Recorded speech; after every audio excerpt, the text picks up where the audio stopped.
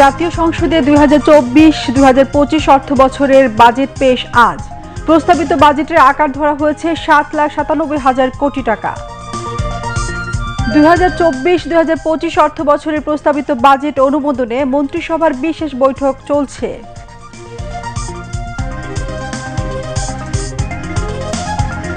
শনিবার তৃতীয় মেয়াদে ভারতের প্রধানমন্ত্রী হিসেবে শপথ নেবেন নরেন্দ্র মোদি। শপথ অনুষ্ঠানে যোগ দিতে আগামীকাল ভারত যাচ্ছেন প্রধানমন্ত্রী শেখ হাসিনা। আসসালামু আলাইকুম, আমন্ত্রণ দুপুর 2টা সংবাদে। সাথে আছি আমি নীলুফার জাহান।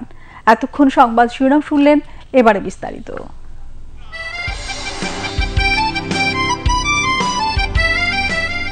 বাংলার মানুষের জন্য জীবনের যৌবন আমি কারাগারে কাটিয়ে দিয়েছি। এই মানুষের দুঃখ দেখলে আমি পাগল হয়ে যাই। জাতীয় সংসদে আজ 2024-2025 অর্থ বছরের প্রস্তাবিত বাজেট পেশ করা হবে। প্রস্তাবিত বাজেটের আকার ধরা হয়েছে 7,97,000 কোটি টাকা।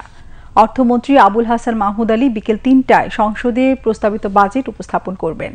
এটি হবে তার প্রথম বাজেট ঘোষণা এবং প্রধানমন্ত্রী শেখ হাসিনা নেতৃত্বাধীন সরকারের টানা চতুর্থ মেয়াদের প্রথম বাজেট।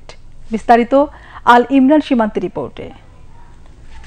সুখী, সমৃদ্ধ, উন্নত ও স্মার্ট বাংলাদেশ বিনির্মাণের অঙ্গীকার, এই শিরোনামে বিকেলে 2024-2025 অর্থ বছরের প্রস্তাবিত বাজেট উপস্থাপন করবেন অর্থমন্ত্রী আবুল হাসান মাহমুদ আলী। প্রস্তাবিত বাজেটের আকার হবে 7,97,000 কোটি টাকা। বাজেটে রাজস্ব আয় লক্ষ্যমাত্রা থাকছে 5,41,000 কোটি টাকা। এছাড়া 2,65,000 কোটি টাকার বার্ষিক উন্নয়ন কর্মসূচি এডিপি ইতিমধ্যে অনুমোদন দেওয়া হয়েছে।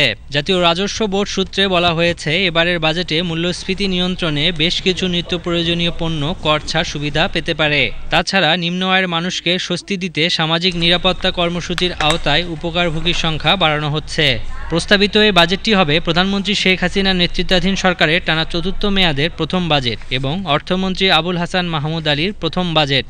আর দেশের ইতিহাসে এটি হবে 53তম বাজেট। আল ইমরান সীমান্ত, বাংলাদেশ টেলিভিশন, ঢাকা।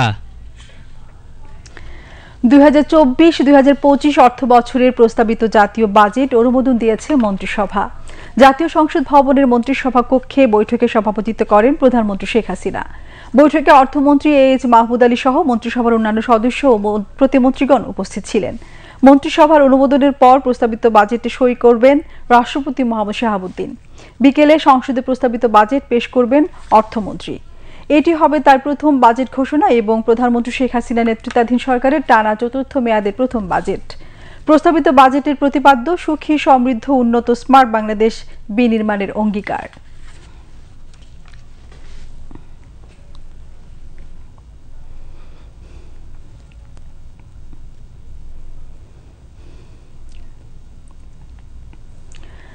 দেশীয় ফলের উৎপাদন বৃদ্ধির মাধ্যমে দেশের চাহিদা পূরণের পাশাপাশি বিদেশে রপ্তানি বাড়াতে কাজ করছে সরকার।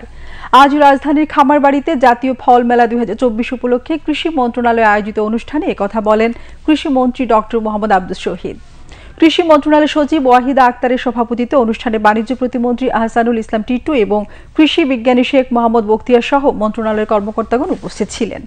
প্রধানমন্ত্রী শেখ হাসিনার নেতৃত্বে খাদ্যে স্বয়ংসম্পূর্ণতা বাংলাদেশের অন্যতম বড় অর্জন উল্লেখ করে বাণিজ্য প্রতিমন্ত্রী দেশীয় ফলের ঐতিহ্য ধরে রাখতে, ফল গবেষণায় দেশীয় ফলকে গুরুত্ব দিতে কৃষি বিজ্ঞানীদের প্রতি আহ্বান জানান।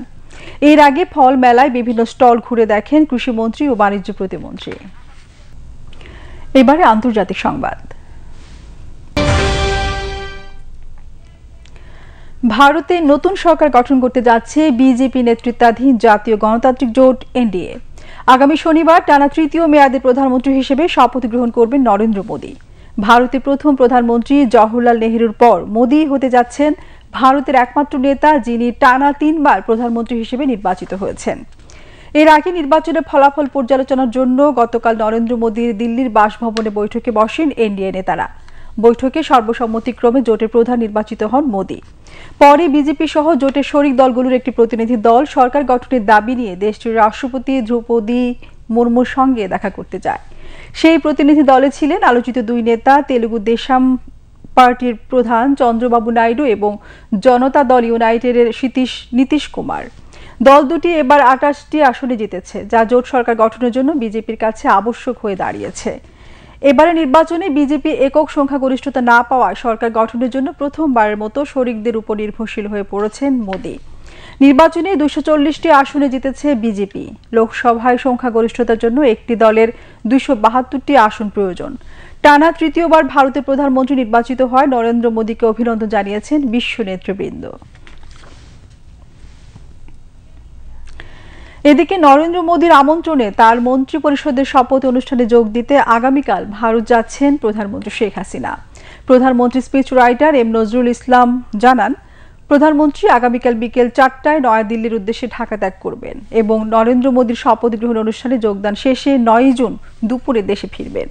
এর আগে গত রাতে শেখ হাসিনার সঙ্গে টেলিফোনে আলাপকালে তাকে ভারতের নতুন সরকারের শপথ অনুষ্ঠানে যোগ দেওয়ার আমন্ত্রণ জানান নরেন্দ্র মোদী।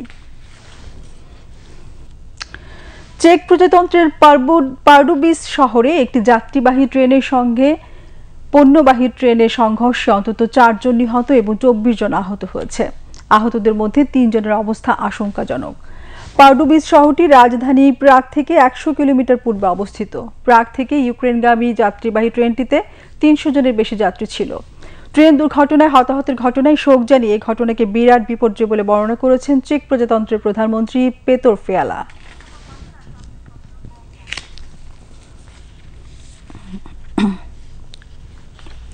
ফিরছে আবারও দেশের খবরে।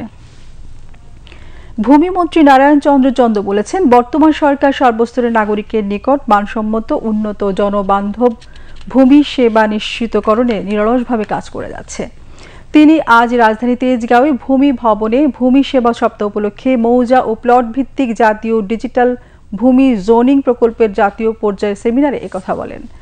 ভূমি মন্ত্রণালয়ের সচিব মোহাম্মদ খলিলুর রহমানের সভাপতিত্বে সেমিনারে উপস্থিত ছিলেন GIS and remote sensing specialist Mohammad Mahbubur Rahman সহ ভূমি মন্ত্রণালয়ের ঊর্ধ্বতন কর্মকর্তাগণ।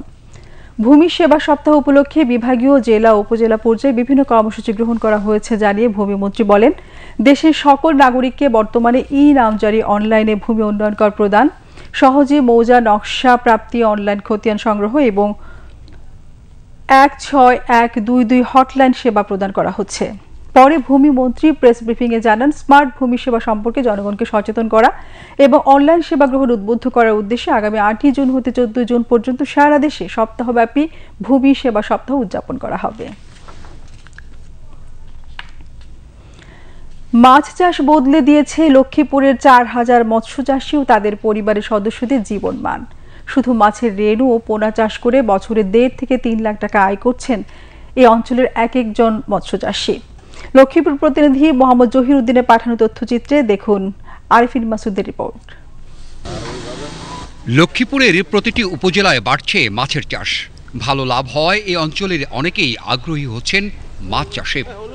আগ্রহীদের মধ্য থেকে উদ্যোক্তা নির্বাচিত করে দেয়া হচ্ছে রেণু, পোনা এবং ঝাঁকি জাল সহ প্রয়োজনীয় উপকরণ। এ সকল উপকরণ দিয়ে চাষিদের সহযোগিতা করছে জেলা মৎস্য অধিদপ্তর, পিকেএসএফ এবং এনজিও সংস্থা কোডেক। কেবল রেণুপোনা চাষ করে বছরে 1.5 থেকে 3 লাখ টাকা লাভ করছেন এ সকল মৎস্য চাষিরা, যা বদলে দিয়েছে তাদের জীবনমান। আমার 25,000 টাকা খরচ হয়েছে, সর্বোচ্চ আমি 1,50,000 টাকাই বিক্রি করেছি, আর বাকি কিছু পোনা এখানে রয়ে গেছে। আমাকে 1 কেজি পোনা দিছে, 1 কেজি পোনা আমার 1.5 লক্ষ পোনার মতন হয়েছে। তো আমি পোনা কিছু বিক্রি করছি আর আমার 7টা পদের ভাগ করে দিছি। এই পোনা দিয়ে আমার সংসার খুব ভালো চলছে। কেবল রেণুপোনা আর উপকরণ দিয়েই সহযোগিতা নয়, মাছ চাষে প্রয়োজনীয় প্রশিক্ষণের পাশাপাশি তদারকি এবং মৎস্য চাষিদের প্রযুক্তি ব্যবহারের শিক্ষাও দিচ্ছে এই 3 প্রতিষ্ঠান। সত্যিকার অর্থে ভালো উৎপাদন করতে গেলে ভালো পোনা দরকার। ভালো পোনা করতে গেলে আমাদের কম খরচে চাষি উদ্যোক্তা তৈরি করতে হবে। আগে উৎপাদন হতো 50,000 60,000 1 কেজিতে, সেখানে আমাদের সহযোগিতা সহ আমাদের পরামর্শ সহ এই সদস্য এখন প্রায় 1.5 লক্ষ থেকে 2 লক্ষ পোনা উৎপাদন করতেছে। তারা মনে করেন এই কার্যক্রমের পরিধি বাড়ানো গেলে কর্মসংস্থান সৃষ্টির পাশাপাশি বহুলাংশে পূরণ হবে দেশের প্রাণীজ আমিষের চাহিদা। আরিফিন মাসুদ, বাংলাদেশ টেলিভিশন। এবারে খেলার খবর। 2026 ফিফা বিশ্বকাপ ও 2027 এশিয়ান কাপের যৌথ বাছাইয়ের অ্যাওয়ে ম্যাচে আজ অস্ট্রেলিয়ার মুখোমুখি হবে বাংলাদেশ। রাজধানীর বসুন্ধরা কিংস অ্যারেনায় ম্যাচটি শুরু হবে বিকেল 4:45টায়। ফিফা র্যাঙ্কিংয়ে অস্ট্রেলিয়ার অবস্থান 24, যেখানে বাংলাদেশের অবস্থান 184। আগের দেখায় বাংলাদেশ হজম করেছিল 7 গোল, বিপরীতে জালের দেখা পায়নি লাল সবুজ জার্সিধারী ফুটবলাররা। 160 ধাপের ব্যবধান থাকা অসম দুই দলের লড়াইয়ে এখন গোলের ব্যবধান কমানোই বাংলাদেশের জন্য বড় চ্যালেঞ্জ। দুপুরের সংবাদ শেষ করার আগে শিরোনামগুলো আরেকবার। জাতীয় সংসদে 2024-2025 অর্থ বছরের বাজেট পেশ আজ। প্রস্তাবিত বাজেটের আকার ধরা হয়েছে 7,97,000 কোটি টাকা। 2024-2025 অর্থ বছরের প্রস্তাবিত বাজেট অনুমোদন দিয়েছে মন্ত্রিসভা।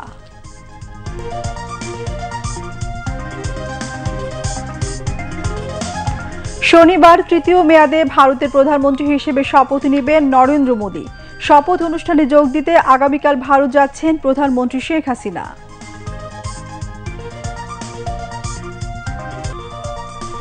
খবর শেষ হলো, খুদা হাফেজ।